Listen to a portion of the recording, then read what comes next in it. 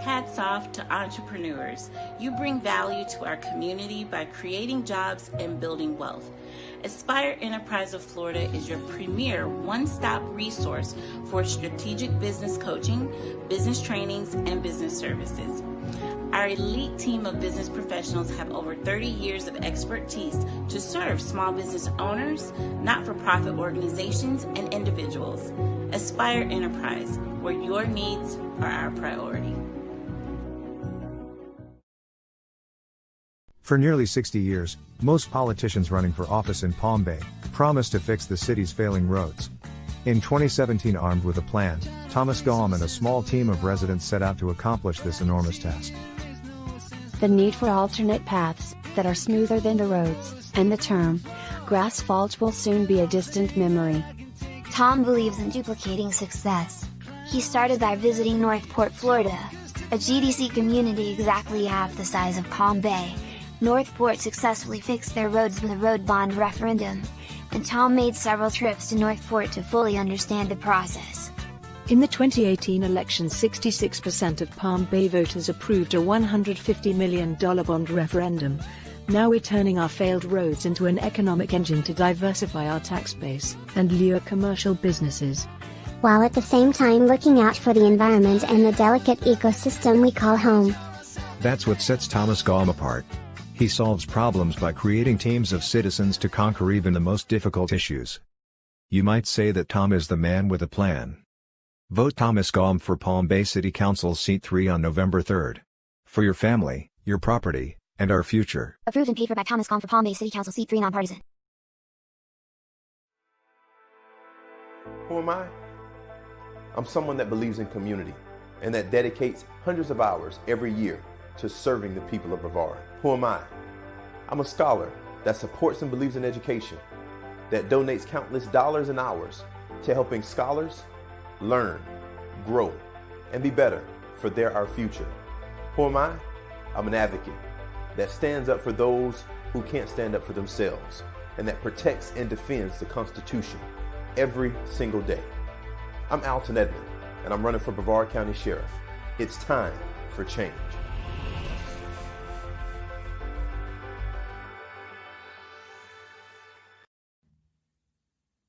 Hello, Palm Bay. Randy Foster, candidate for Palm Bay City Council Seat 3.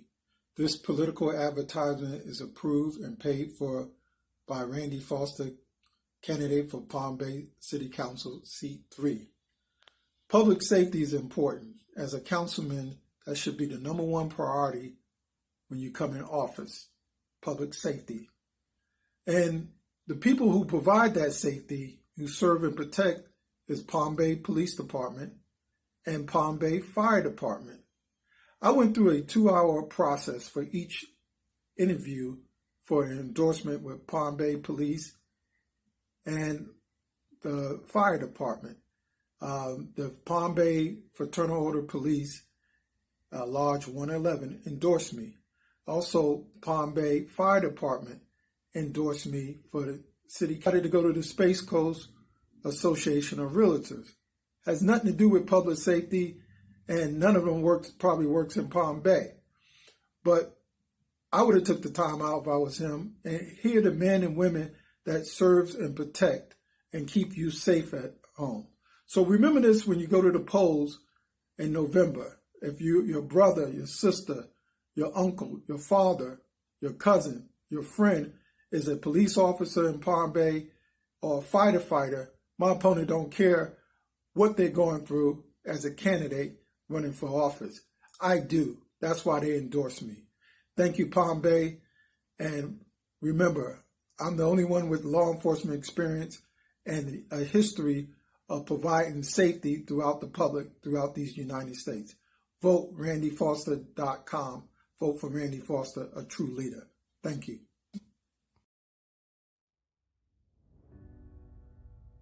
Hi, Palm Bay. I'm Ron Medina, your candidate for mayor. With your support, when elected, we will immediately move forward to take the necessary actions to restore transparency, to restore accountability, responsibility, and the respect of our beloved city. It's evident through recent audit findings and oversights meeting in Tallahassee that our city has engaged in financial decisions that clearly have put our citizens and our financial stability at risk. The headlines of our city once promoted a city that cares, finalists for a City of the Year, and a community with a great future. Now, today, the headlines promote our city as one with escalating crime, an interchange to nowhere, mismanagement, state-imposed audits, and playgrounds closing due to equipment being unsafe. We must stop this downward spiral of our once financial secured beautiful community. We drive through flooded roads, potholes, and traffic jams. I pledge to you as your next mayor, I will shine light on these past budgets along with the poor decisions made so we can get the answers our citizens deserve and our state leaders demand. I encourage a forensic audit of all our city operations so we can bring all these things to light. This process will not be easy, but our future and that of our children depend on each and every one of us ensuring accountability, ensuring professionalism, immediately replacing finger pointing, mismanagement, the rubber stamp process that brought this audit upon us. There are many serious questions. The business and residents of our cities deserve a government that they can trust and believe in. It is important to address these issues head on, for they've made a target of ridicule and skepticism from our surrounding neighbors and our very own residents. This will require strong leadership, transparent and sensible policy decisions, and constant commitment to ethical conduct. As mayor, my first goal will be to restore trust in our government. Government for the people, by the people. This is truly an opportunity for leadership by example. And as your mayor, I pledge to you that if I vote to approve a contract with a company to do business with our city, I will prohibit myself from receiving any future campaign funds from that said company. And I will encourage our council members to do the same. I believe as elected officials, we're held to a higher standard. The citizens of Palm Bay will be my only priority. We will address the many concerns of the finding of the state audit and encourage the open participation of our residents to provide oversight in our budget process. Hashtag the public trust. For a better Palm Bay, elect Rob Medina. May God bless you. May God continue to bless this great city we call Palm Bay. Hoorah! Hoorah! Even before running for office, I have been fighting for the things we love most about Florida. There is a need for change in our nation. State and local politics are more important than ever. Brevard, you deserve more. My name is Phil Moore, candidate for state representative, and I approve this message. Hello, Palm Bay. I am Kay Mirage, and I'm running to be your next mayor. I currently sit on the Planning and Zoning Board, as well as our Community Development Advisory Board. I'm a mom, I'm a small business owner, and I've been married to my husband, Lynn Volk, for 19 years. And together we have an amazing 17-year-old son who's about to head off to college. Palm Bay needs fresh, bold leadership, one who is an embracer of change, diversity, and inclusion, who is proactive and thinks outside the box. They need to be free from conflicts of interest and owes no favors to the who's who. Our next mayor should be informed and have a true understanding of the issues and be ready with plans to help solve them. They must be open to have dialogue with you and empathize with your concerns. I am that leader. I'm ready to work with council to earn back public trust, bring transparency and accountability to all levels of city government. I am your voice, and I'm that unifying force that is ready to guide our city towards smart growth and a very successful future. For more information, visit palmbayk.com. Vote Kay Mirage for Palm Bay Mayor. Kay is the right choice for Palm Bay. I'm Kay Mirage, and I approve this message. A Christian, husband, father, long-term Palm Bay resident, small business owner, real estate investor, builder, humanitarian, has served as executive board member of multiple local non-profit organizations. He's currently serving on the City of Palm Bay Planning and Zoning Board and also the vice chairman of the Palm Bay Park and Recreation Advisory Board. He's experienced in city affairs and ready to go on day one. That's Donnie Felix. He stands for transparency, a strong infrastructure, supporting city staff, first responders, fire and police, diverse and affordable housing, small businesses and good-paying jobs, economic growth and sustainability for Palm Bay, and also a healthy environment for integrity, diversity, and service. Vote for Donnie Felix for Palm Bay City Council C2. My name is Donnie J. Felix, and I approve this message. Good evening, Palm Bay, and welcome to another edition of Palm Bay Live. Thank you for joining me tonight. This is coming down to an end. We are literally 1 week out of the election cycle. Next week, we will be going to the polls for those who have not voted yet. Currently, we're sitting at around 50%, close to 50% of the citizens have voted in Brevard County so far, over 200,000 plus votes. That is good. I am looking forward to 100% voter turnout in Brevard County. That it would be the ultimate feat that we can, and I believe we can do it. We are there, almost there. We're almost there. So let's do it, Brevard. Let's do it. So we're currently sitting at around 50%, close to 50%, 49 point, I believe it is 4 something percentage.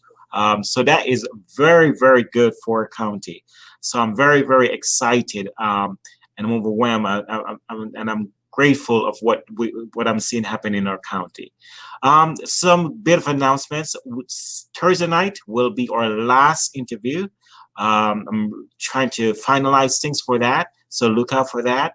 I'm inviting all candidates, whatever district you're running, whatever position you're running for, any candidates that so choose that want to come in and probably like the last half an hour of the show, I will give you 5 minutes to give you a closing remark on top of what you already did before in my prior interviews.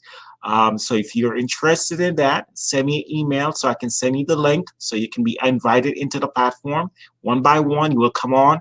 You will give you another Trump speech, as to why you should be voted for into your office, your respective positions, wherever you're voting for. So all candidates, this is going to be your final appeal. So you're welcome. I'm asking you to come on in on Thursday night. The last half an hour, I will give you the platform to give you another speech as to why you should be voted for. Each candidate will get 5 minutes and that kind of thing. So feel free to join me on Thursday night. I'll send out an email to all candidates so they will be able to have that in their inbox and know that they are invited to show up. What else? Yeah, so Thursday night will be our very last interview show where the political cycle is concerned. It's been fun. We started Palm Bay Live. We're doing these activities, and I thank you and I appreciate you, Palm Bay, for supporting me, Brevard County on a whole. I thank you. It's been overwhelming. A lot of work behind the scenes of lining up these interviews, preparing the questions, and there's some unknown folks out there that have helped me behind the scenes. A lot of folks have pitched in, helping me get the interviews, and I can't start calling names. It's going to be overwhelming, but nights when I'm get behind that camera, it's just me. It's just me that you see, and it's just me operating the keyboards and moving the mouse around to make this thing, to make the magic happen. And I really appreciate what you guys have done, and keep spreading the word about Palm Bay Live, because I'm not done yet. We're going to continue on after the election cycle is done. We're going to continue on. We're going to continue to publish articles. We're going to continue to do shows, pop-up shows, on different topics surrounding the county and the city in a whole. We will continue to do what we have to do to keep the city moving. So without further ado, I'm going to bring on Phil onto the platform. I'm feeling very emotional right now because, we have done so much on this platform, and Phil, it's been a pleasure, to see what Palm Bay Live has become over the last several months.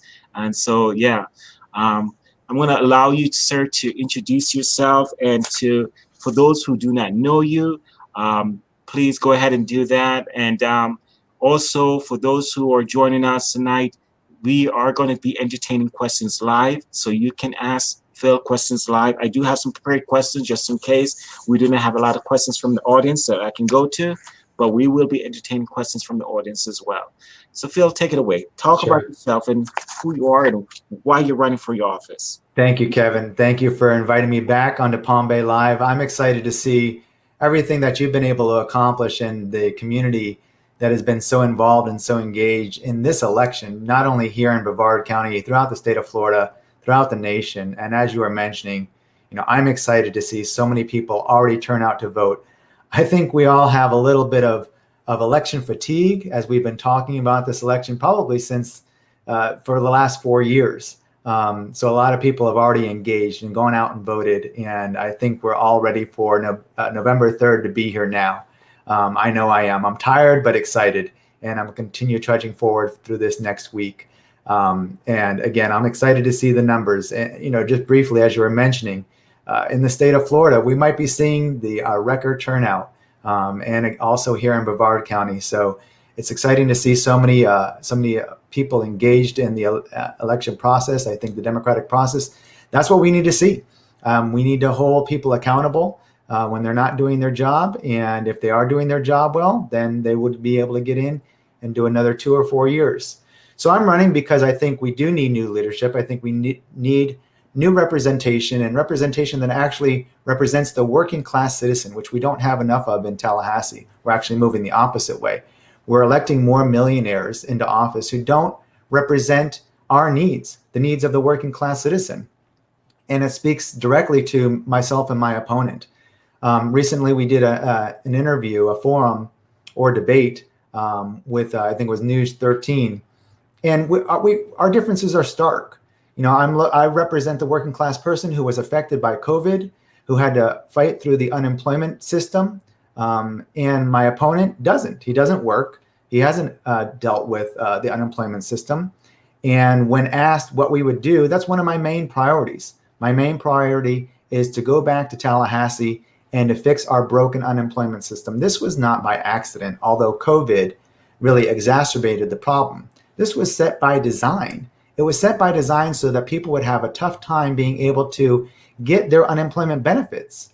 And my opponent has done a terrific job to be able to switch the narrative and not talk about the problems that we're dealing with right now, not talk about the fact that we're looking at another coronavirus wave in the state of Florida, that we haven't dealt with this virus properly, and that we haven't been following the science. He doesn't want us to talk about those things. Those are some of the main issues pressing everybody today. And if we look at what we've done, we've had failure from the people who we have elected in dealing with these problems. So I believe that that's why we need new leadership. I want to continue to take those issues and others to Tallahassee and represent the everyday person. So with that, be happy to take some questions. I know there's probably a lot out there. I can talk more about what my opponent has been doing and set the record straight on a lot of these things. And if we don't get those questions, I'll be happy to answer them or set the record straight. Okay, great, sir. Thank you. Are you on the investigation for anything right now that I'm not aware of, or that the citizens are not aware of? No. In fact, Kevin, it's the opposite. It's the opposite. I have filed 2 elections claims, frauds against Randy Fine, because for him using a text message with the BPS logo is actually, he broke the law. He broke the law, plain and simple. He broke the state's election statute, and I filed a complaint against him for that. So we have to both go, because I was the person that filed the complaint, and he's the one who got the complaint, dealt with him. We have to go both sit in front of a commission in Tallahassee and present our cases in front of a commission. That's not a quick process. This will be dragged out for months. This commission only meets a couple times a year, I think maybe quarterly. So, and they've got cases that they're waiting to be heard from last election cycle still probably. So this is not going to be a fast process, but no, the absolute opposite is true. And I filed another complaint against them, another elections violation for actually making false accusations against me without any proof. And there's been a number of those, but once you do one, it doesn't matter how many more happen, because it's all just based on a one. These things were obviously done to try to get him to be able to win this election, this seat back. And that's what really is we're looking at. We're looking at the fact that we have a person who is in office who will do anything. He will lie to the public. And this is not a new thing. He's been doing this since the day he's gotten in office. He's burned bridges. He has talked in hyperbole, and he's been lying to you and not carrying your interest in mind while he's in Tallahassee. And he will do anything he can to maintain this power. And that should be the most disturbing thing the voters see. The most disturbing thing should be that the voters see the tens of thousands of dollars that he will do to try to smear his opponent versus spending that money to bring up and prop up what he has done for the area, for the community, for the state of Florida, instead of spending that money on himself to say what good and value he's brought, or to talk about the things he's going to do in the future, what he's going to do in the next 2 years he's in office. Rather than talking about that and spending tens of thousands of dollars on that, he's spent all that money trying to berate my name in order to make himself look better. And that is disturbing. That should be a red flag for every voter that still hasn't voted yet. Okay, great. Thank you, sir, for that answer. Okay, your opponent's social media page claims, this is the one that I need for you to answer. Your opponent's social media page claims that you accuse him of sexually abusing children and that he's pursuing civil and criminal action against you. Do you make those accusations, sir? Yeah, so first of all of these negative text messaging, all of these attack ads that are out there, both by my opponent and the fact that he's done them on me and whomever has done them on him, really just shows poor politics, the way that we want to get away from politics like this. I know I do. We should be able to act more professionally. Politics doesn't need to be like this. If we talk upon our merits and the things we've done, then we will encourage and gain people's vote and trust back again. But that's not where we are. And unfortunately, my opponent really digs into this arena very heavily. Now, I didn't put that text message out. Nobody in my campaign put that text message out, and I had no affiliation or knowledge or coordination or however you want to put it with that text message. And I actually came out and spoke that was an important thing to put out there, because it insinuated that, my opponent, as he said, I don't even care to even acknowledge it because it wasn't something that we said. But I actually came out and spoke against it. But he still has falsely accused me of being the person who would put this text message out. That was one of the very first complaints that I put against him. You can't accuse somebody of doing something without having proof that they've done this. Now, here's a real problem. This has been a pattern from my opponent. He has been in Tallahassee and rashly jumped to decisions as to what's been happening. And this is not supposed to be the job. The job is to jump to conclusions. And that's what he's been doing, not only in this election, but he's been doing the last 4 years in office, whether it be UCF, where he's threatened to close down the university because he jumped to a rash conclusion that they misappropriated funds. Turns out they didn't, but it caused, they had to go through a full investigation, and it ended up costing them, their new president ended up having to resign over the matter. Well, and then it turns out that they were exonerated, and they found that the use of those funds were fine. To his rash decision on putting forth an audit on Palm Bay and threatening to take away Palm Bay's charter. So these are the rash decisions that we don't need from a elected official, especially a state representative. We need people with better level heads. And that's what I want to do. I want to bring back a level of professionalism to this position. And it really is needed. We don't have the right person representing us in that capacity right now. So to answer that question, no, it's a false accusation, and I'm looking to bring that up in Tallahassee against him. Okay, Mr. Moore, let's talk about your traffic tickets. Do you have traffic tickets? Yes, I do. I've had my share of moving violations of all different types in my history of driving. Okay, and so your opponent is saying that you committed all these crimes, supposedly, and yes. You're still on the investigation of any kind regarding that? Okay, so no, I'm not under, as far as I'm aware of, I am not under investigation for anything like that. Now, I actually reached out to the sheriff's department and asked them. I didn't get a response from anybody, but I left a message and said, "Is there anything that I can do?" Because he stated that he's got an investigation going for that text message that went out. And I actually I wanted to exonerate my own name. So I called up the sheriff's department, who was supposed to be investigating this, and wanted to clear my record in that I had nothing to do with it. That's the only investigation that I'm aware of that's ongoing right now. I am not under investigation for anything else. Like I said, I placed the complaint myself. So I initiated an investigation, 2 of them, for myself and my opponent. But beyond that, I am not aware of any investigation that's going on. And I have no other, like traffic violation or anything else. I've actually got a clean driving record right now. I haven't had a moving violation in years and years. And I drive a Prius, and I obey the law and follow. And any time that I did break a law with a traffic violation, I paid the fine and moved on. Okay, you just mentioned you drive a Prius. Brings up another question. Are you wealthy, sir? Far from it. Far from wealthy. In fact, your opponent claims that you're wealthy, so we want to set the record straight. Yeah. That's why I asked that. Let's set the record straight there. I like 2 million Floridians lost work, and my work came to an end when COVID hit.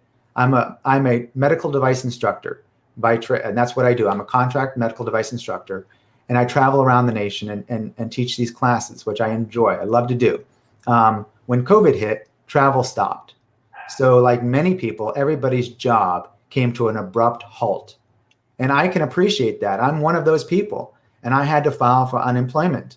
And the system is awful. The system has been awful. And you had to move night and day to try to get the money that you have paid for because you've been working. So you're working for those benefits, and then you still can't get those benefits. That is an issue. That is an issue for every working class person in the state of Florida. So no, I am not wealthy. I work just like everybody else. I work just to try to be able to make ends meet so that I can pay my rent and do what I need to do to live. Okay. So have you ever declared bankruptcy of any kind? Yes, I have. I've declared bankruptcy and foreclosure during the downturn in the economy when we had the housing crisis. I lost my home, like many other people in Brevard and Florida did. I lost my home in the housing crisis. My work came to a stop as well during that time. And unfortunately, many people went upside down. And it was advised to me by legal counsel, a bankruptcy attorney, that I might as well just bundle it all together. Bankruptcy and any outstanding loans or anything like that, because I was having the foreclosure. So they said, just file the bankruptcy at the same time. Your credit is going to be ruined. And then that'll just wipe the slate clean. So that is what I did. I followed the advice of a legal counsel and just bundled it all together during the 2008-9, I think is when we had the housing crisis, like so many other people had dealt with a foreclosure and a bankruptcy at the same time. That's when it was. Okay. Let's go back to your speeding tickets for a second, or lack thereof. I'm not sure how many you have. Do you know how many you have? I don't think I've ever counted them, but the problem is that what I believe my opponent has done, because he loves to contort the words and manipulate. I believe he's taken anybody with the name Phil Moore in Brevard County and just said, these are their tickets. And then you just have a random number of as many tickets as you want. But I can tell you that in my past, I have had a number of moving violations, not all speeding. They've been like a seatbelt violation, or one was, I think, for the fact that I had one of those vanity frames around my license plate. That's considered obstructing your license plate. So there was a number of tickets in the past that I admit to. I've had those. I've moved on past them. I paid every fine and every moving violation that I had, and that was a long time ago. Those were years ago. And I admit to doing those things, and I know that I follow the law now, and I make sure that I try to obey every whether it be a speeding limit or stop sign or whatever that may be. Okay. All right, I'm going to move past the speeding ticket. I just want to clear your ear on that because I know that's one of the allegations that's out there, that you have a lot of speeding tickets, and I just want to make sure nothing is unresolved where that is concerned. One of the questions came in from the public. Will you end parental right? Sorry? Will you end parental right? I'm not sure where the question was going on this, but do you know what they're talking about? Will you end parental right? I'm not sure what that is referring to. Okay, let's move past it then. What motivated you to run for office, Phil? Well, first I was motivated because I thought we needed good representation in Tallahassee. We needed better parity at Tallahassee. And by parity, I mean right now in the state of Florida, we have a one-party rule. We have the governor, the Senate, and our state House and state Senate are all one party. And since for the past 20 years, that's been that way. And what we've had is we've had the Republicans basically steamroll their agenda through with very little pushback or even work across the aisle. They don't have to. They don't have to answer to anybody because they overwhelmingly have the majority in the House, in the Senate, and the governor. So I ran because we weren't getting a voice. We weren't getting a voice to try to make sure that we're at least coming to the table. We weren't even coming to the table to try to make sure that our concerns were being met. And I decided to run then, only to find out after 2018 that I'm really running against a person who is so divisive and has burned so many bridges and does not represent the community hardly at all. Then I decided to rerun again because even you could see that we are so light years apart in what we want to bring to Tallahassee in terms of representing the people versus representing special interest groups. If you just look at where our money comes from, he has tens of thousands of dollars in PAC money, hundreds of thousands of dollars coming from special interest groups. My money comes from the community.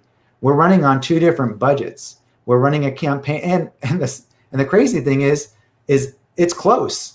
It's close, and he's running probably about 10 times the amount of money that I am in the race. Now imagine if we were to run on equal terms, where this would be.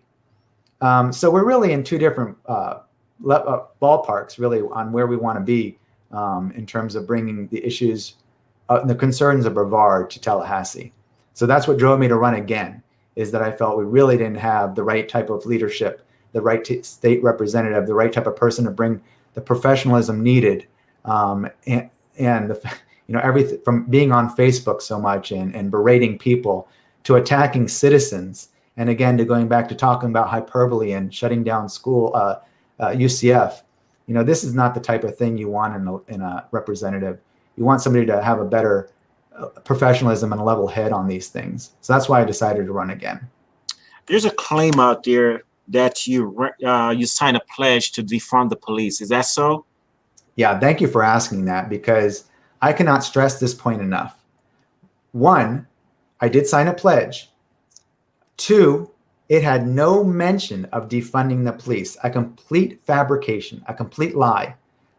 It has been something that the Republicans throughout the state have been trying to nail candidates on, which once you look at the pledge, it has nothing to say on police, on defunding the police. And in fact, three, to prove this point home, when we were dealing with the deaths of George Floyd and Breonna Taylor, one of the first things I did was go to all of our chiefs of police in my district, which would be West Melbourne, Palm Bay, and Melbourne. And I actually reached out to the sheriff too, but we didn't get to be able to connect in our office. We couldn't, his office and my office, myself really on my office, didn't get a chance to connect. But I sat down with each one of those chiefs and I said to them for an hour and a half, sometimes hour-long discussion, I said, where are the gaps?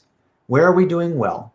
And what can I do as a state representative to help bring back a level of public trust to our police department? That's what I did. I went to our police departments and said, what can I do as a state representative? The exact opposite of wanting to defund the police. I wanted to see where we need to be able to improve the relationships between our police departments and our public. That's what I want to do as a state representative, is I want to make sure that we're building those bridges and keeping a healthy relationship with the public trust and the services that we so desperately need, police, fire, and so on. There's a claim that I don't like cursing, so I'm going to put this out there in making this statement, in asking this question. But there's a claim that you post on your social media pages that police officers are blank blank. So why? Okay, well, I don't know if that's on any of my social media pages. But I mean, really, if we're trying, we cannot possibly do tit for tat as to what somebody posts on their social media page when we're talking about my opponent and myself. That just is complete, you know, I don't know where that's coming from, that he thinks that, you know, what I put on my social media page is that. But let me say this on that subject. And even if I did say that in the past, and I might have said anything about anybody, first of all, I welcome somebody's First Amendment right to say whatever they want to. But I think we need to make sure that we hold people accountable. And I think that's the main thing. And if it's a state representative, or if it's a police officer, or anybody that is not doing what they're supposed to be doing, we want to make sure that there's transparency and being able to hold those people accountable for the job they're doing.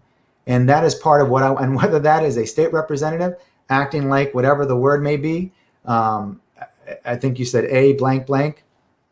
If it's a state representative acting like that, if a police officer is acting like that, then we need to make sure that we have the transparency needed so that the people can hold them accountable. And that's what I'm all for. Okay. I asked you this in a previous interview, I think, but I'm going to ask you again. Is Mr. Burns running your campaign? Yeah, thanks for asking the question again, because I can't possibly reiterate this enough. Robert Burns has never worked on my campaign in any capacity. Any capacity. He's not been a consultant. He's not paid.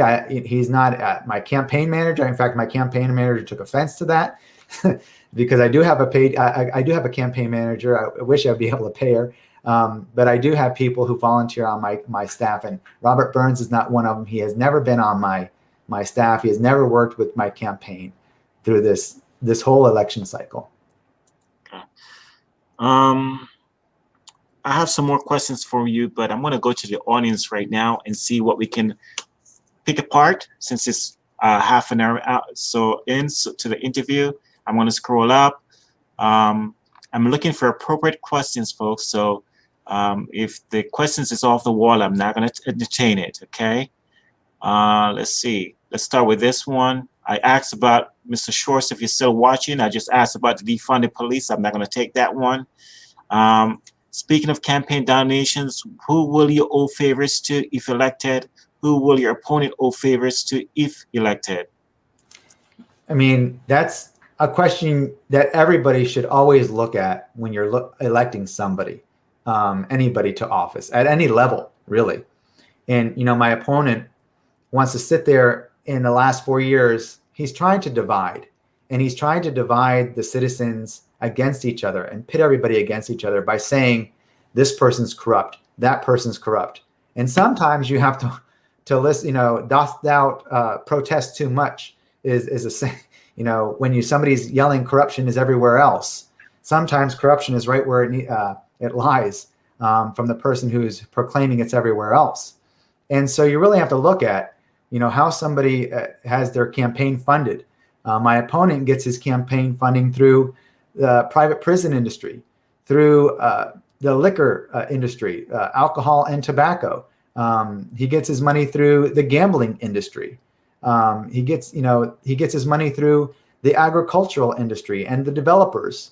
And so you have to wonder why somebody is so hell-bent on spending so much money to attack his opponent versus saying so many good things about himself. Why he can't talk about what his agenda is moving forward into 2020.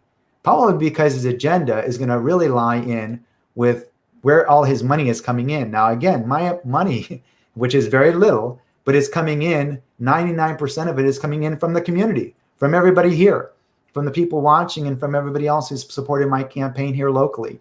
And I'm proud of that. I'm happy about that. I love small dollar donations. I wish we had more of that in the community. I wish we had a limit on where we had money coming in. I'd love to see that. I'd also love to see a limit on the time that we can campaign like they have in other countries. This shouldn't be a full year-long cycle of campaigning. But I think that is a huge issue. And to be an educated voter, you really need to see where your candidates' funds are coming from. And it is disturbing, in my view, to see where my opponent's money is coming from all the special interest groups. And that's the people who want to fund him for some reason, whether he carries their interest or he's carrying theirs, or he's carrying that interest for them. Okay. Let's see.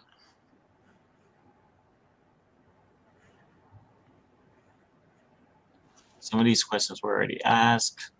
I'm just scrolling down here. Sorry, folks. Why did you want to run for office? I think she already answered that. I think I asked something similar to that question.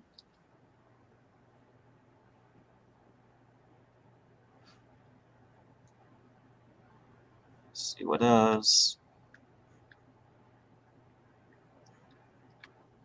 And I'm glad so many people are asking stuff. That's great. Yeah, I see questions. I'm just want to look for questions that is not on my to-do list, or let's see. I mean, no, that's a thing there. Let me say, Kevin, while you're looking at questions, keep on looking. Right, I'm going to be excited to stay engaged with the community. I feel like there is a level of professionalism that has to be brought to this seat. And I want people to engage with me through email, through phone calls to the office.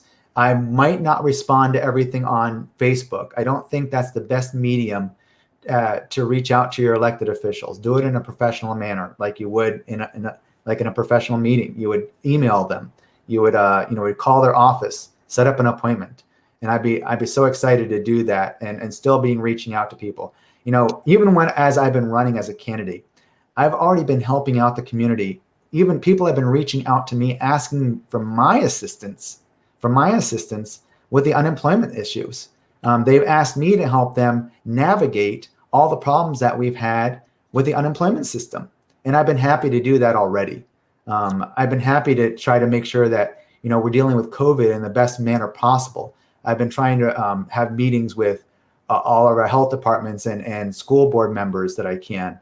And I'll continue to do that so that I stay engaged with what's happening in the community. I know there's a big fear, and we see it all the time, is that Tallahassee's pretty far away. And sometimes you get disengaged with what is happening. And that's really what's happening right now is you have a state representative who comes into the community and says one thing and does the exact opposite when he goes to Tallahassee. And I'll give you a great example. Right now we have Representative, my opponent, who has been putting on a lot of food drives and trying to act like he is doing this great thing for the community. And don't get me wrong, we do need a lot of food for people who are suffering right now during this time of unemployment. And I see the situation getting worse, not better.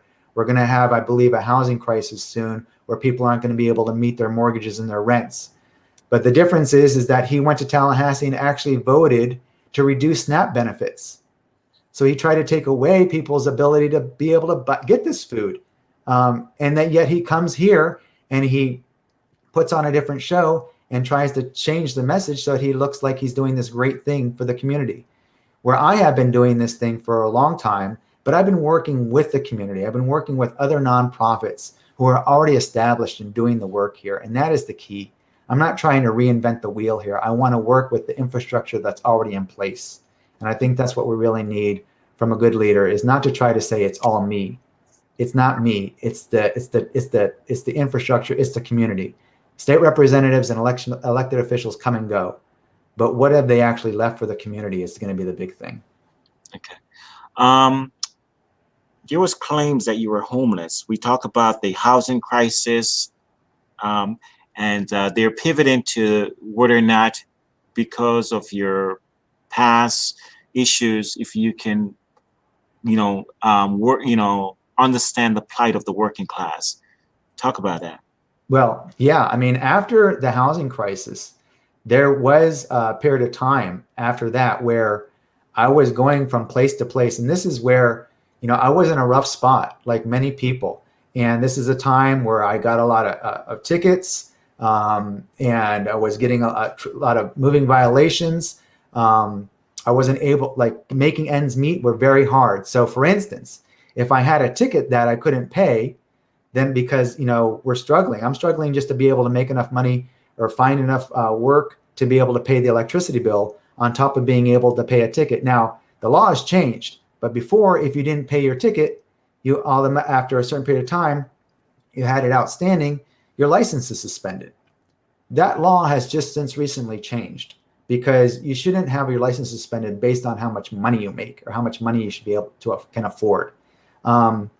So there was a period of time, yes, where I was homeless, where I was just living it with people who were willing to put me up, and I was thankful for the help in the community that I have. And luckily, I've made a name for myself, and that I'm a good, I knock on wood, I'll say that I'm a good person, or they thought I was a good enough person to welcome me into their homes. And I was so grateful for that. And it wasn't without having friends and family and support there, who I consider family, that I wouldn't have been able to stay and do what I'm doing now. And I can successfully say now that I've been able to pick myself back up, get a good paying job, and want to be able to make sure that other people who go through those same situations have the resources and network necessary to be able to deal with that. Phil, yes. One of the things that residents are complaining about is that your opponent has tends to go on social media purportedly and block the residents when he doesn't agree with a comment that's made on his page or etc. And I'm not saying that's true or not true. Allegedly, that's what's been purported. Is that something that you would practice if you're elected? So again, I would not utilize my page in the same manner that my opponent does. What I see Facebook is I see it basically as a means to be able to make an announcement or communicate something to the community that needs to be communicated. If something happens in Tallahassee, if there's a bill that's being presented that I'm weighing in on, and I want to get that information out to the community so that they know what's happening in Tallahassee or the issue that I'm bringing up, then I'm going to put that out there. It is not meant to be, in my estimation, and I won't use it like this, as a tit for tat.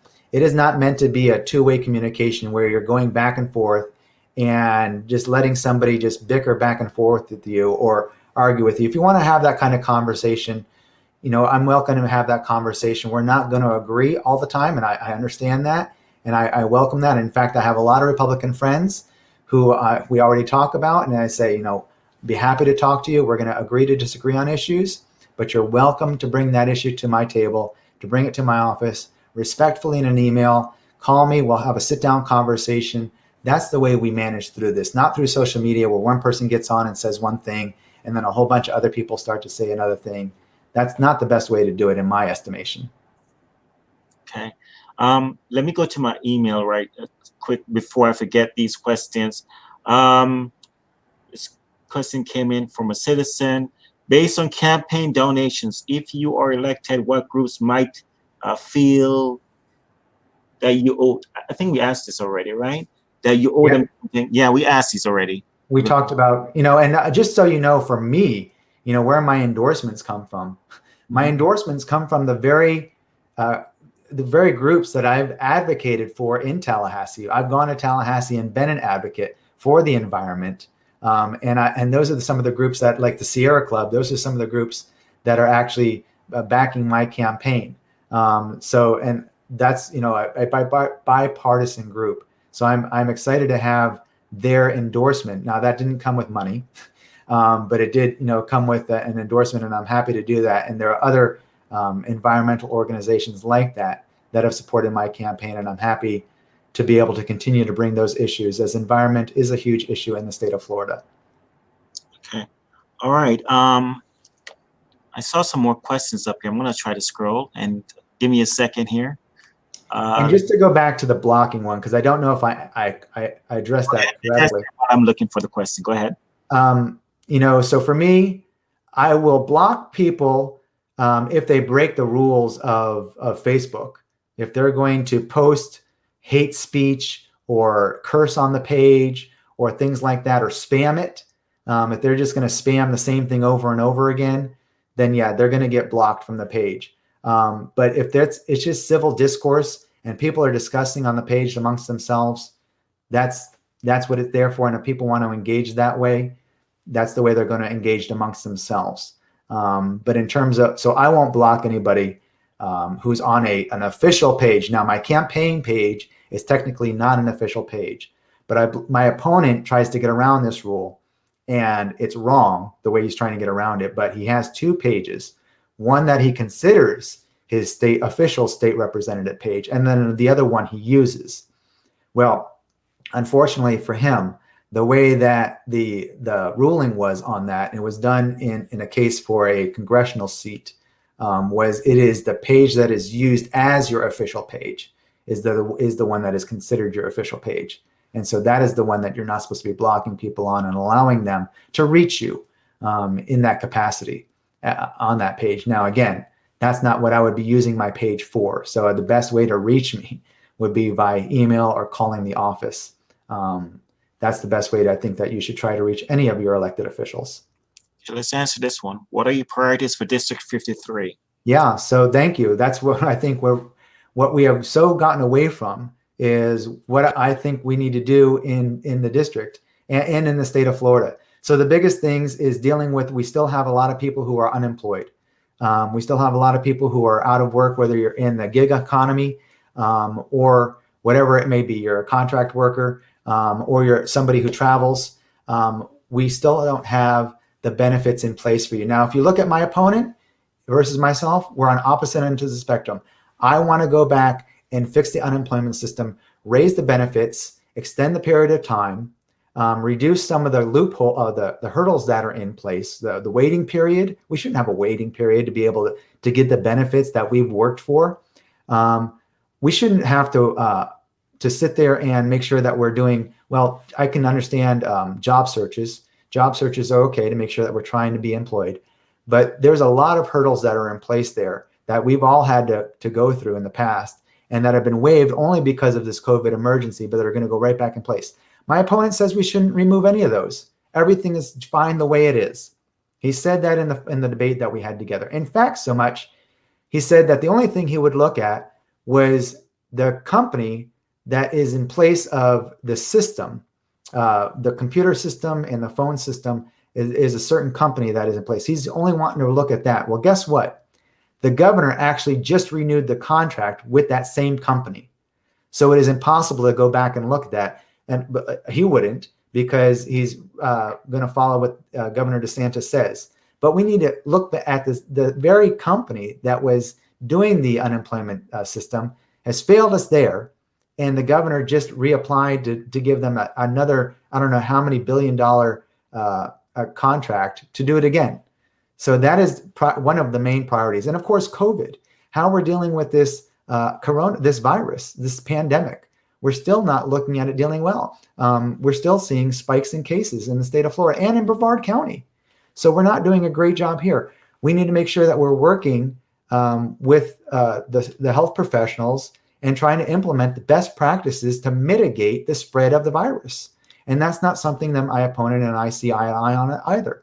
And beyond that, some of the things that were top priority are the environment and education. We're sitting at 46th in the nation in terms of how we're supporting our education system and how we're educating our children for the future. So education is a huge thing that we need to make sure that we're funding properly. And the other thing is the environment. Now, in the past, my opponent has said he's the champion of the lagoon. But if you look at his voting record, and that should be the main thing, and he doesn't want to talk about that, but look at his voting record. He has voted against environmental protections more so than he has voted for anything to help the environment. He's voted for, and I can go on and all the things, but look them up. Look them up. He's voted against our ability to be able to ban plastics. He's voted for what's called a preemption law, so that the power stays in Tallahassee, so that we can't ban plastics. Now, I've done river cleanups here in Brevard County and off the Indian River Lagoon. What's the main thing we see at the Indian River Lagoon that's polluting our lagoon besides the muck is plastics. I can go out there and just pick plastic up off the shoreline all the time. And then he's looking at development projects too. He's looking at building this $1 billion corridor that's going to go from West Florida, like the Naples area, all the way through Florida, all the way up to the Georgia state line. And that is going to destroy Florida's wildlife and preserves where our black bear and our Florida panther use. That's their habitat. So those are some of them, just a couple of things where he wants to consider himself an environmentalist that I would look to try to make sure that we're protecting our environment. So those are a couple of the other. Funding do you think you can bring to the lagoon situation? I know I had a question on the lagoon from another person, so hopefully he answered your question. You were asking, what are your plans to stop the algae blooms and the turbid lagoon conditions? What type of funding level do you think you can bring to this situation? Yeah, great question. So first of all, I used to swim in the Indian River Lagoon. I used to put on triathlons in the community and cycling events, charity events in the community. And we used to swim in the Indian River Lagoon. I'd paddleboarded and kayaked hundreds of miles in the lagoon, all the way up Merritt Island, back Palm Bay. And I've watched over the years the degradation of the Indian River Lagoon. The scientists have always told us since the 90s what we need to do to fix the lagoon. And it wasn't until recently that we actually looked at fixing the lagoon. The answers are what the scientists already say the answers are. Making sure that we're removing the muck, removing all the old dead detritus from years of runoff that's going into the lagoon. If we remove that, that's the biggest nitrogen, what's called off-gassing, that's been killing the Indian River Lagoon. And we have a layer of muck down there that's so deep that you can't have seagrass grow. So we follow the science. That's the first thing. Follow the science. And in Brevard County, we wanted to try to fix the Indian River Lagoon ourselves, so we implemented a 0.5-cent sales tax. Now, if I was a state representative at that time, what I would have done was to go to Tallahassee and ask for matching funds. And that is something that my opponent is against. He said he thought that was a dumb idea, was to try to go to Tallahassee, first to implement the 0.5-cent sales tax and then try to go to Tallahassee to ask for the money. And I think we can go to Tallahassee and still do that. It's going to be very hard pressed to find funding right now, as we're looking at a budget deficit with the fact that we have coronavirus and a lot of the emergency funds that the governor has used in order to stabilize everything. And I understand that. But there are ways to follow the science, and I would look to try to continue. And the other thing I would look at, I don't want to make this an environmental topic, but there are ways to look at green jobs and bringing in jobs to help the community in green jobs and solar jobs. And that's one of the things I want to do. It's a local bill that I want to introduce in the area, and it's something that we're already doing in other parts of the state of Florida. Okay. We have a question on the screen from Mr. Rob Shorts. We need a new inlet to help the lagoon. Would you be in favor of pushing that for Brevard? Yeah, so another great question. And I thank you for that, Rob. I appreciate the question. It is a point of contention still among the scientists as to whether flushing the Indian River Lagoon out is the way to go. And I'm open to hearing the science from both sides, and to come to hard conclusions on this. But there's some on one side that says flushing the lagoon will actually create a new salinization and create a new pH, and that would actually kill a lot of the wildlife and the small ecosystems that are there that have adapted to the way the lagoon is now. And so there's a field of thought that actually it would actually do more harm than do good in terms of flushing everything out and leaving things alone and just cleaning it out and it is a very slow moving body of water, the Indian River Lagoon. So I appreciate that, and I will continue to follow what the scientists say. And I do have very good relationships, and they know me, and I've sat down with them before, and I will continue to sit down with them at the county level and throughout the entire Indian River Lagoon. I know that it is multi county, and I'll work to see what we can do there. Are you for more or less government involvement in our lives? Yeah, so I am for a small government, and I appreciate the fact that small government is the government that is going to be best able for you, the citizen, to be able to get work done. And somebody like myself at the state level, we're only really working 4 months out of the year. And so if something happens, you need locally elected officials to be able to deal with that. So I am fully in favor of making sure that your local elected officials have the power and authority they need to be able to get the work done that also directly affects you. And that's your first line of communication. When a road is broken, when a pipe is down, when infrastructure is needed, that's where you go to. At my level, well, the way I look at it is my job is to set standards and to put forth guidelines and to put laws together. And then it is the local level's job to make sure that that is being implemented properly. Those ordinances are in place that is going to follow those. And so I don't know if you look at that as more or less government, but we all have our separate roles. We all have our roles to play. And I think what's really disturbing is if you have a state representative who wants to micromanage or wants to pull all the power away from your local level and hold it up in Tallahassee. And that speaks directly to my opponent. He has voted for more preemption laws than anybody else. Well, it's figuratively speaking. He's voted for a lot of preemption laws, and that's where he wants to hold the power. He wants to hold the power in Tallahassee, and he wants to continue to call all of your locally elected officials corrupt. So that way you're saying that they're doing a poor job and you're going to let him have all the power. Well, that's not the way it's supposed to work. Everybody has their own lane. You elect these people and they're supposed to do a job. And if you don't like the job they're doing, then you unelect them and elect somebody else. And the same holds true for your local election or your state election. And so we all have our different lanes. I believe that at the state and federal level, we have the responsibility to make sure that we're providing education to our children. We're providing medical care and care for our elderly. So we have a little bit bigger role on some of those bigger safety net issues. And that's part of the job of the state level. What do you think would be your first priority when you get elected? If you get elected, what will be your first priority? I mean, what is that one big thing you want to see for District 53? So again, I mentioned I have some local level. I want to make sure that I help out small businesses. We're dealing with an economy that is struggling right now. We got to figure out how to boost the economy. So my job is going to have to go to Tallahassee. You know, your state representative has basically two jobs. They have to write laws and they have to balance the budget. So my job is going to be when I try to balance that budget is to make sure that we're boosting the economy where we know it's going to be struggling. We know we're already at a deficit. So to figure out how to boost the economy, and if that plays into District 53, that's exactly what I want to try to do. And again, bringing those green jobs here directly to this county, bringing solar jobs here directly is going to boost the economy right away. It's going to help the environment right away. And the second thing is going to be to see what I can do in terms of helping out the small business who's struggling right now with the unemployment issues, making sure that we're getting the federal dollars that we should be getting. Right now, of course, as you're well aware, they basically went into recess until after the election. So we got to fight for those dollars again as soon as we get back. So it's to help out everybody in the community and work back into how the economy helps out here as well as at the state level. Let's see. What type of trades or careers are needed for Brevard? Yeah, so that's a great question. And that goes back into making sure that we're creating a healthy job market.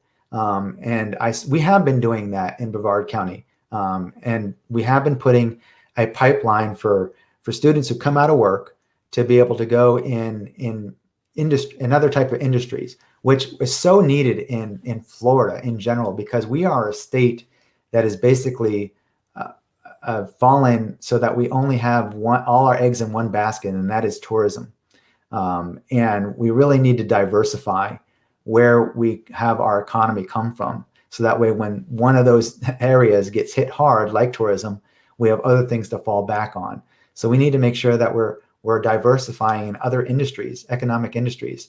And agriculture is one of them. You know, we do have a large agricultural industry here in the state of Florida. Has to be managed properly and making sure that we're not destroying our environment for the benefit of the dollar. That's one of the biggest problems right now. But we also have an opportunity to build up a good industry in mechanics and engineering. And we need to make sure that we're working in that path too.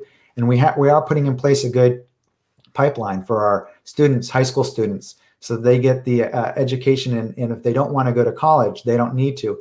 they can have a good paying job coming right out with the skills needed so that they're in the mechanics industry and do well and pay well.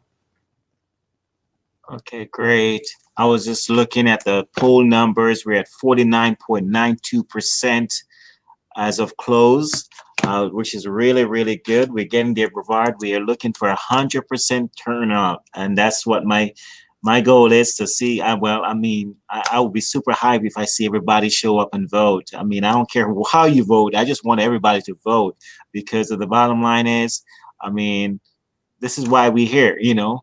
So just so you know, I think it was in the state of Florida. I believe it was in the Clinton campaign that the state of Florida saw its highest percentage, and I believe that was 82% voter turnout. So I think we might be on track to break that number. I have heard pollsters say that we're on track to break that number. But if we do, I don't know if it'd be much more over that. There was a reason that was so high. It's because we didn't do a lot to disenfranchise voters like we have now in the state of Florida.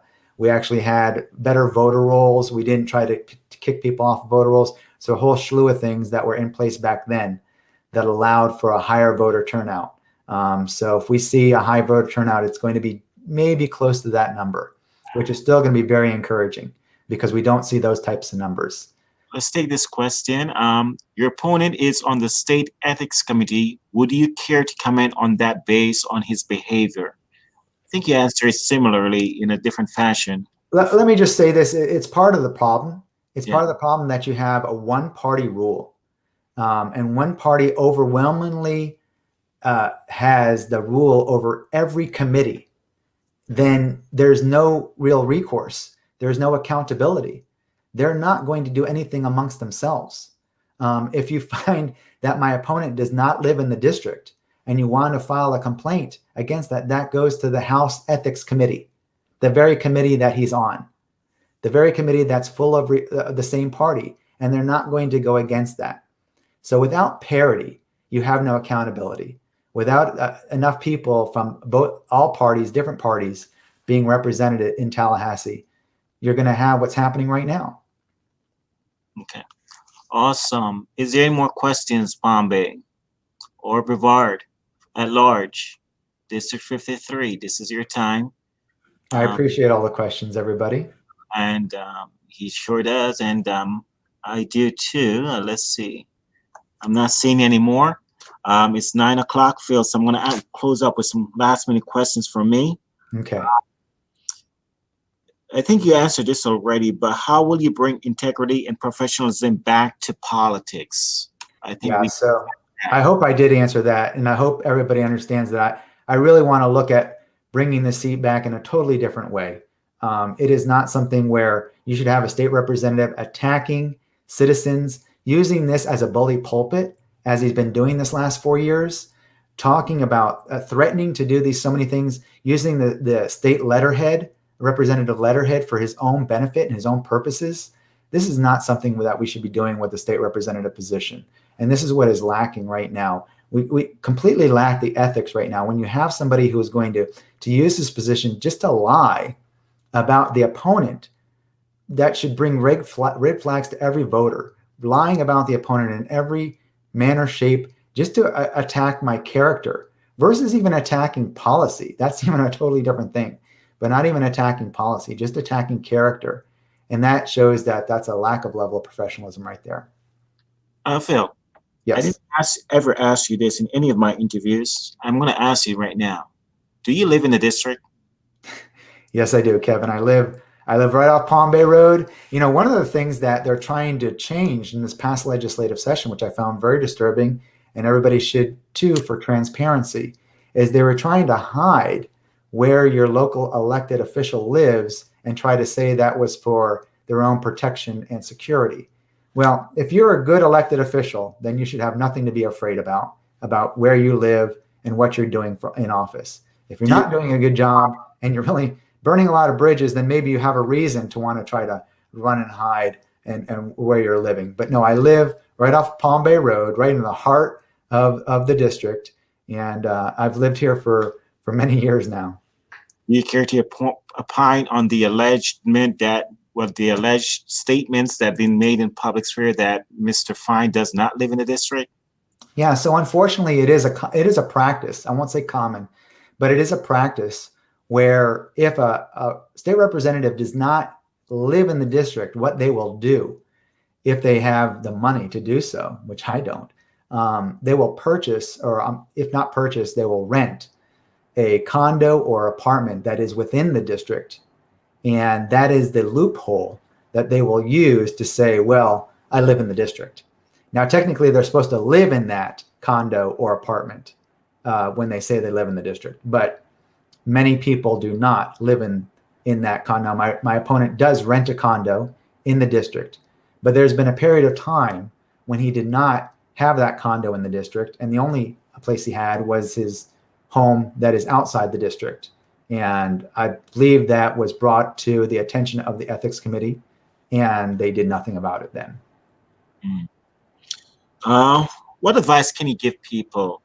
Let me back up 1 second, because I want you to answer this question. I think I asked you before in prior interviews, but mask or no mask? For me, mask. Okay. I hope for everybody else too, because it's such a simple thing to do.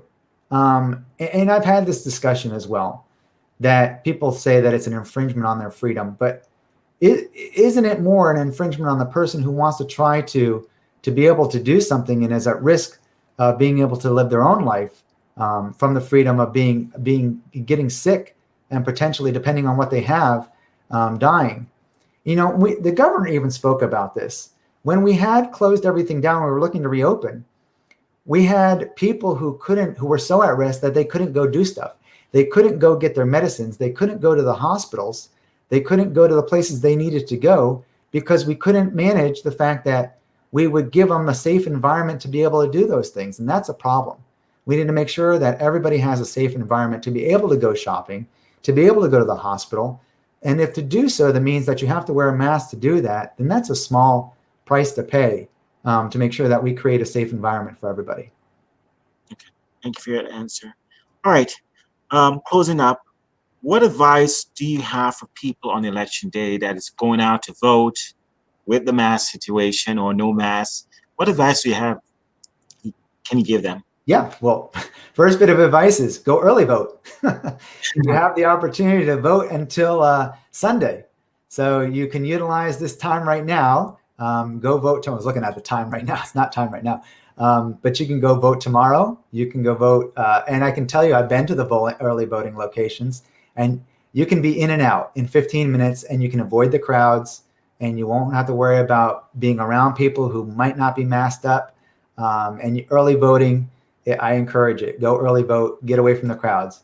If you are one of those people who find it your civic duty and like to vote on election day, I know I used to be like that, but I voted in all different types of methods. I've been called away to work on election day, and I've utilized mail-in ballots, and that was just fine.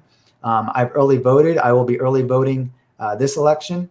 I haven't voted yet, but I plan on it. And early voting is a great another option. And election day, I understand, there are some places that have very small precincts, and they're not a small community. So they know that they can be in and out of their lines too with a very little wait. So know your precincts, know where you're supposed to go. Know if you have that type of community that is small in turnout. If you know that you're going to need a lot of time to stand in line, be prepared for that. Be prepared if you're going to go first thing in the morning on. You're going to have a lot of lines come election day. At the rate that we're going, the numbers look really strong. I mean, it is possible by Sunday we may have everybody voted. I mean, that would be humongous feat. I mean, I think we can accomplish that. I really think so. I see the trajectory. We are getting a lot of numbers every day. More and more people are voting early, and that is good. I'm so happy that folks are voting. I'm so happy. I think what you're going to see is a slight balancing out, though, Kevin. I think what you're going to see is because early voting and mail-in ballots are high, you're going to see a little bit of lower turnout on election day. I think that's what we're going to see. Yeah. Election day turnout is going to be just slightly lower because they've already voted. you might have slow lines. I mean, not slow lines, but fast lines when you go out there on election day. That's what going to be your prerogative. I see one more question from the public, and we're going to call it night. I see Mr. Schwartz is having a playful question there, but we'll take that too. Can you elaborate on Randy Fine's insurance claim on his beach property? I'm not sure where she's going with that. No, I can't. I can't. I don't know where that is in that process, and it's too long to try to elaborate now too. But again, just know who you're voting for. Really, if I had to say anything right now, I'd say avoid the noise. And again, if the person that's running is the only thing they can stand on is running attack ads on their opponent and not what they've done in the past 4 years and not what they plan on doing in the next 2 years, then that should be a huge red flag for you. And I've tried to answer all of his attacks, which is diverted from talking about the issues. And that's a problem. The problem is that we're not talking about the issues right now. And I've tried to answer all the questions that were given tonight, whether it be defunding the police, which is false, talking about the fact that we didn't talk about charter schools, that I'm supposed to want to close down all the charter schools in Brevard County, which is a ridiculous statement. And, it's ridiculous in and of itself because I'm one representative. It's not true, but even if it were true, I couldn't do that. One representative doesn't have the power to do that, but it is untrue. I'm not looking to shut down charter schools, and I'm not looking to take away any of those scholarships, the Gardner and McKay scholarship either. And how wrong it was is the fact that my opponent doesn't even know that I've done work in the community with special needs children, and I used to have a job when I got straight out of college is working with special needs kids. So it's something that is near and dear to my heart, and it is something that I'm not looking to try to defund. So all of these accusations that, to go back to, he wants to say that I'm illegally street racing. No such thing. Completely false. That I've been arrested for abusing a police officer. I'm not even sure what kind of arrestable offense that is, but completely false. Totally untrue. But all of these false accusations, I think people need to see that and realize that this is just somebody who just wants to do anything to win the seat, will lie, cheat, and steal in order to try to win this seat back. And that should be the disturbing issue. Okay, Mr. Schwartz, I don't think he's going to answer your question. But, sorry, what was it? I didn't hear it. He asked, are you voting for Randy? Okay. No, but I am proud to say that I do have a lot of Republicans who are supporting my campaign.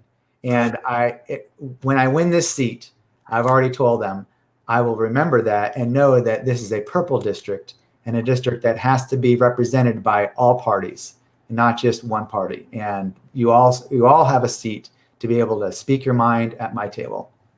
Okay. Well, Palm Bay, it has been a pleasure. We interviewed Mr. Phil Moore about 3 times on different topics. So if your mind is still not made up, you can go back, you can go to my YouTube channel, or you can go to the Facebook page and you can put up all the videos on Mr. Phil Moore and watch them over in order to make an educated decision. That's why we do these shows. So this is one of the last interviews for the election cycle. The last set of interviews is going to be on Thursday. It's been a great opportunity to do these. I'm getting very emotional because this thing, Palm Bay Live came out on a whim, I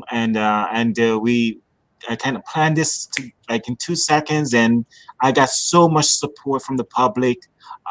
It's so fast, so rapid, and people were calling me up, wanting to be on the show so quick. It's excitement. It's a lot of excitement around this show, and I talk to a lot of folks every day that want to see it keep going, and we have plans to keep it going. And I thank you, Mr. Moore, and I wish you best of luck in your campaign. Thank you, Kevin. Pleasure being here. And I hope to be here in the future as your state representative. And everybody, I would appreciate your vote and your support. Yes, sir. So I'm going to give you the platform to give that message. Well, thank you. I know this has been a long night, so I don't want to take up too much of your time, but I would appreciate, again, I'm trying to represent Brevard County for the working class citizen, bringing some level of professionalism back to what is so needed in a state representative position. I would appreciate your support and your vote If you haven't voted, early vote, please go on election day. We need some new change in Brevard County, and I know you all deserve more. I hope you guys do recognize that you deserve more too. And I would, again, appreciate your vote. And if you want more information as well on me, please go to my Facebook page.